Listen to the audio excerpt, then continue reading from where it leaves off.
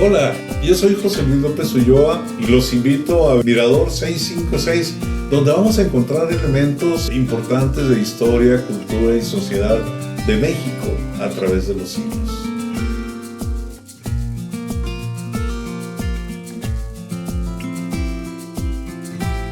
Hola, qué gusto estar nuevamente con ustedes en eh, su podcast Mirador 656, donde, como usted bien sabe, amigo, amiga, analizamos cuestiones relativas a la historia y hemos tratado de ir construyendo una serie de ideas que nos van a servir de base para todo lo que nosotros tenemos preparado.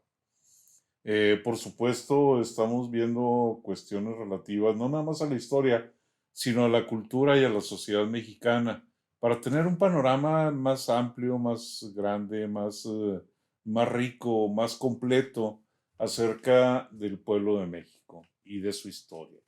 Y bueno, en ocasiones anteriores, en la vez anterior, ya estuvimos hablando acerca de algunas características de las migraciones y cómo nos llevaba todo este asunto del proceso migratorio a un elemento clave que es precisamente la cultura. Y ahí veíamos cómo la cultura, la imitación, la presión social eran parte de las cosas que propiciaban el aspecto migratorio, porque influyen en la vida de los sujetos y desde luego ellos no son ajenos a la sociedad en la que viven y van tomando los mismos modelos, los mismos retos y acaban finalmente por incorporarse a los procesos migratorios. Nos hemos hecho, sin embargo, muchas preguntas y yo creo que muchas veces no hacemos el planteamiento de una manera directa, pero valdría la pena que intentáramos en esta ocasión tratar de encontrar respuestas. ¿De qué vive la familia del migrante cuando éste se ha ido a Estados Unidos? Porque es de lo que estamos hablando, de las migraciones internacionales a los Estados Unidos.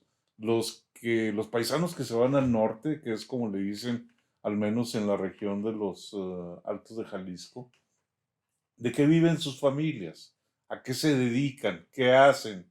Porque todos sabemos perfectamente que llegar a Estados Unidos y empezar a trabajar en Estados Unidos nunca ha sido fácil para la gente.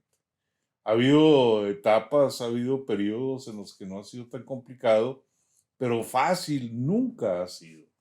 Fácil nunca ha estado tan al alcance de la mano como pudiéramos pensarlo. De tal suerte que siempre hay un dolor, siempre hay un sufrimiento, siempre hay una batalla, siempre hay lucha, siempre hay dificultades y la gente tiene que encontrar la manera sobre todo para vivir. Decíamos que nos comentaba una de de nuestras colaboradoras en el trabajo de imagen, perdón, de Al Norte Sin Escalas, Jalostotitlán, Mitos y Realidades. Hablábamos precisamente de cómo era que la gente imitaba, cómo era que la gente encontraba elementos que le permitían ir propiciando su propia migración. Y ahora lo que yo he estado pensando es, bueno, ¿de qué vive la gente? Y recuerdo una familia Jauregui y Santillán, de quien tengo maravillosos recuerdos de la región de los Altos de Jalisco, en el pueblo de Jalostotitlán, y que tuvieron a bien algunos de sus integrantes hablar conmigo cuando estaba haciendo este trabajo, este estudio, y me dejaron una riqueza verdaderamente impresionante. Pero antes quiero también hablar de cómo va habiendo una serie de cambios y de actitudes que se van observando a través del tiempo y que tienen mucho que ver una cosa con la otra. Le preguntaba yo en una ocasión a una de las personas del municipio de Jalostotitlán cómo eran las fiestas navideñas eh, en en los pueblos salteños.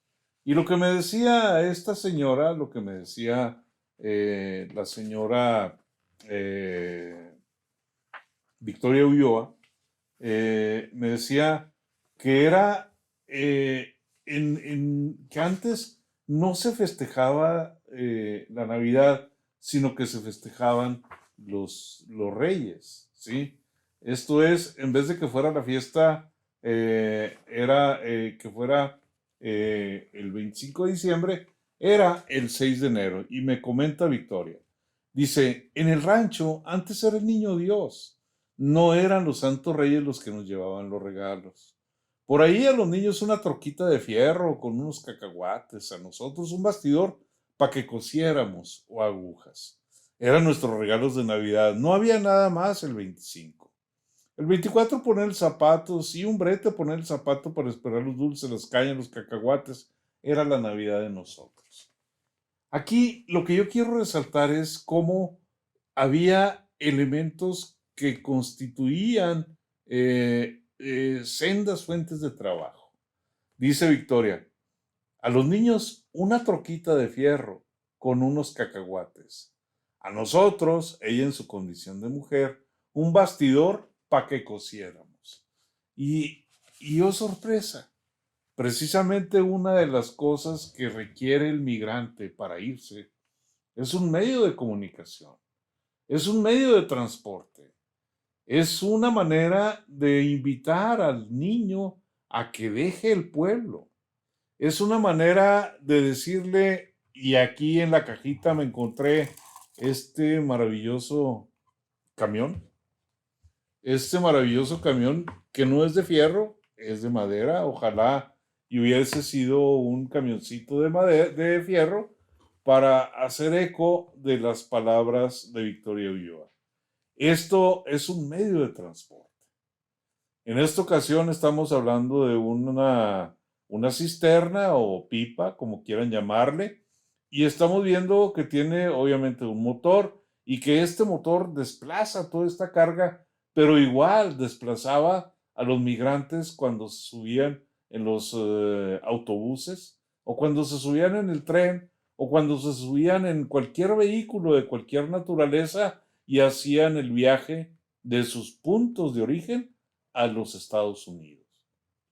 Esto es algo que nosotros debemos de entender cómo de alguna manera el juguete, cómo de alguna manera el juego le va sirviendo como un acicate, como un promotor, como una invitación, a veces velada, a veces un tanto oculta, para que los niños salgan fuera de su región.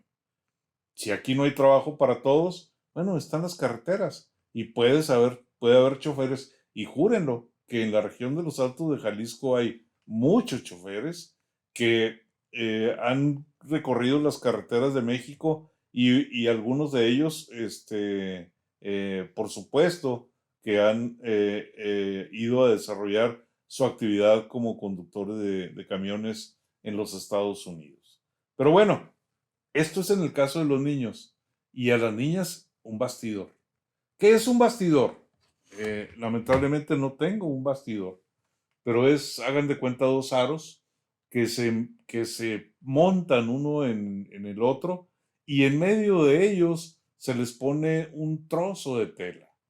Y en ese trozo de tela, las niñas o las mujeres o los niños, ya en este momento cualquiera lo puede hacer, llevan a cabo, pues desde deshilados, desde bordados, desde punto de cruz, etcétera, la cosida de ropa o la cosida de algunas prendas, pañuelos, corbatas, etcétera. Y curiosamente, cuando yo estoy trabajando, me encuentro con esta señora de la familia Jauregui Santillán, y cuando habla de cómo sobrevivían cuando su marido estaba en los Estados Unidos y que eran muchos hijos, ¿sí? Yo recuerdo que han de haber sido como 10 o mínimo 8, y era una familia muy numerosa, compuesta casi en su mayoría por puras mujeres. Y curiosamente, este era el trabajo que desarrollaba. Dice, al principio hicimos camisitas de filigrana, después rococó, punto de cruz. Yo desde la edad de 9 años ya tenía que hacer costura para sacar para comprar los zapatos, la ropa y después, cuando ya mis hijas fueron creciendo, ellas también ya me ayudaron. Por eso aquí, en este pueblo, la mayoría de la gente vive de su propio trabajo que hace en sus casas. Esto es bien importante. A veces pensamos que la gente nada más vive de lo que les manda su familia de los Estados Unidos. No es cierto. La gente tiene sus propias actividades y son actividades muy serias, son actividades muy formales.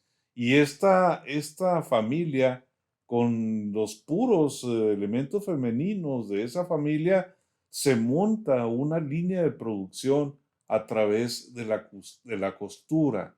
Curiosamente, la costura la aprenden a hacer en un juguete que era o la aprendían a hacer en un juguete que era lo que le regalaban para las Navidades o para el Día de Reyes, y era donde aprendían a hacer toda esta serie de prendas de vestir. Hicimos camisitas. ¿De qué camisitas está hablando?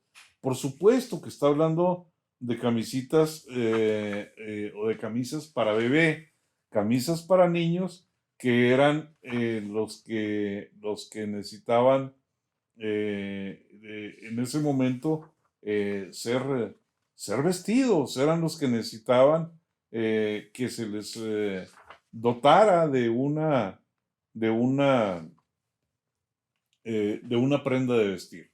Entonces, todo lo que ellas fabricaban, o había quien se los comprara en el pueblo, o iban a los pueblos cercanos, sobre todo a San Juan de los Lagos, o incluso hasta la ciudad de Guadalajara o a León, Guanajuato, que también está cerca, y ahí era donde lo vendían en los grandes almacenes. Y era la manera como ellas estaban viviendo, como estaban obteniendo sus beneficios o su alimento o recursos económicos para sostenerse mientras que el esposo se encontraba en el norte. ¿Mandaba o no mandaba? Yo no lo sé. La verdad es que yo nunca indagué eso, ni me interesaba, ni después me interesó tampoco. Simplemente lo único que para mí era más que evidente era el trabajo que se ponían a hacer cada una de las hijas de la señora, ¿sí? Y que todo funcionaba como si fuera una pequeña fábrica. A cada una, me dicen otro relato, la ponía a hacer las cosas según la edad. A una la ponía a hacer las hojitas porque estaba más chiquita.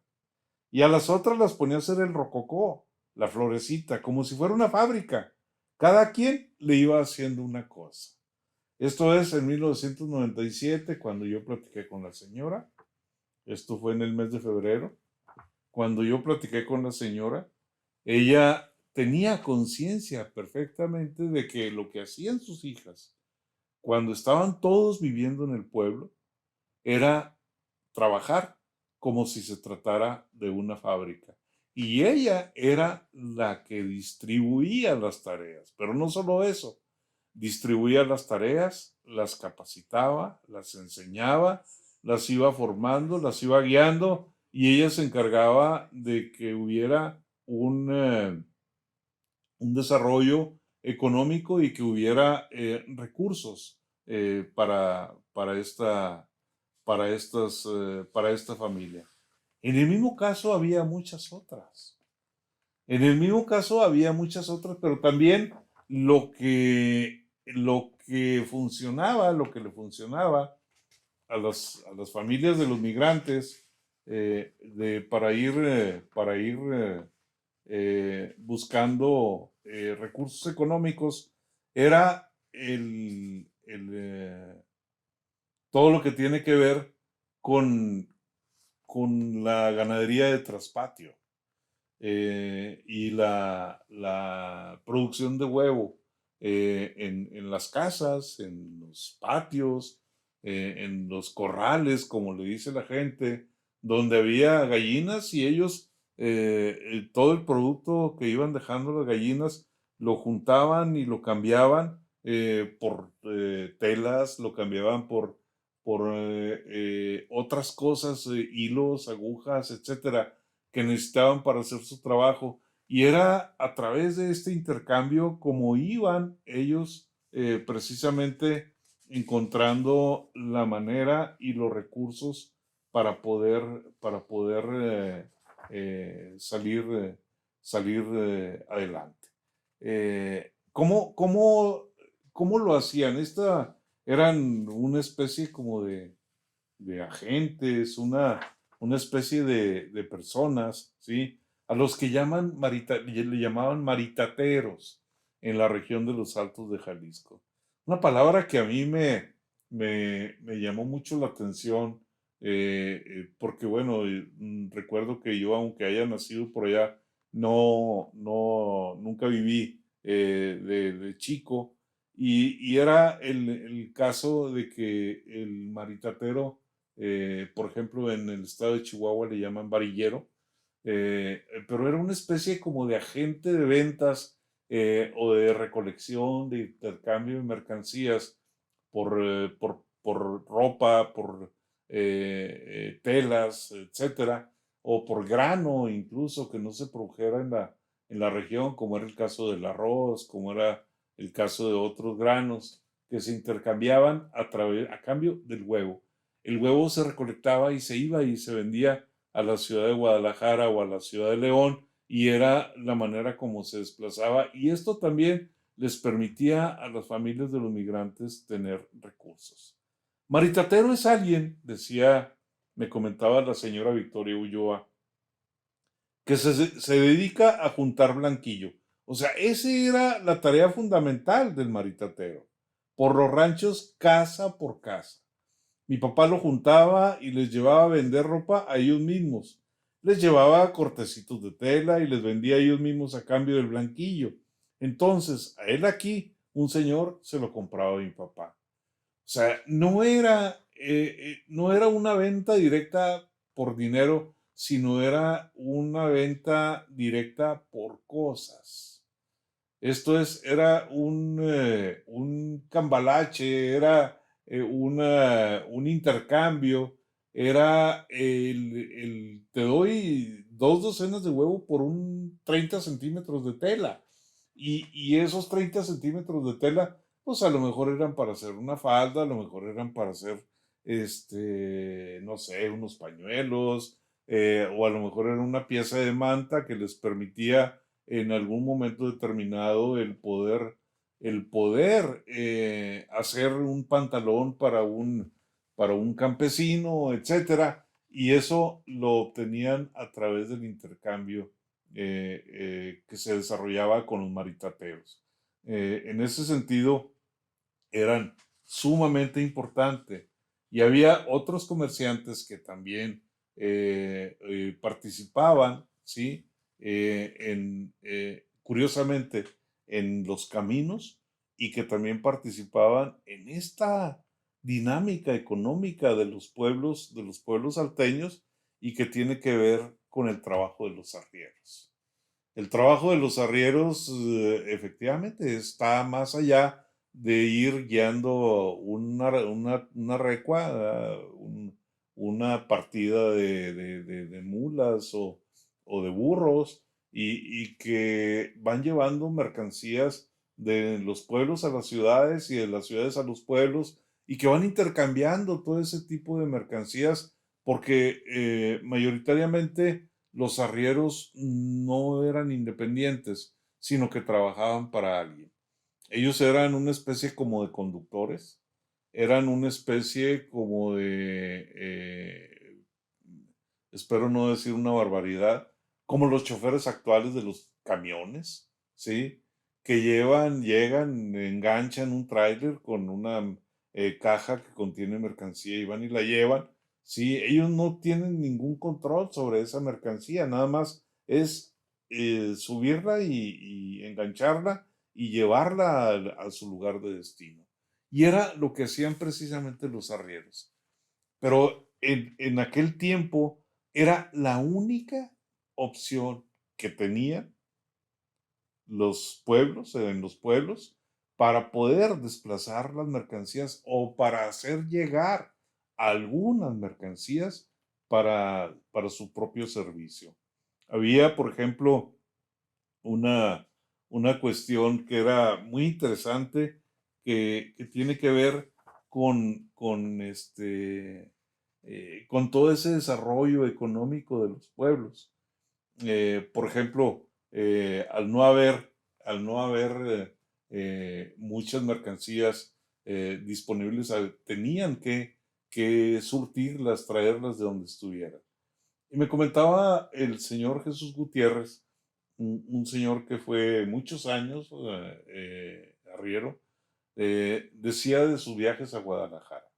Dice, traíamos arroz, traíamos azúcar, manteca y traíamos jabón.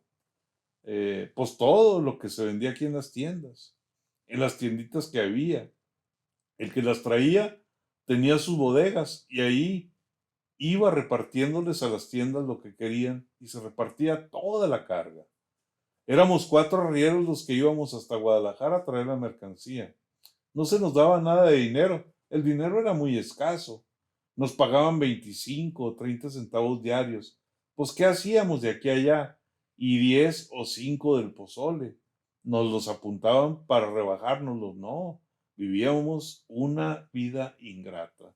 Bendito sea Dios que todo eso se acabó. Pero fíjense cómo llevan lo que produce el pueblo y regresan lo que no produce el pueblo.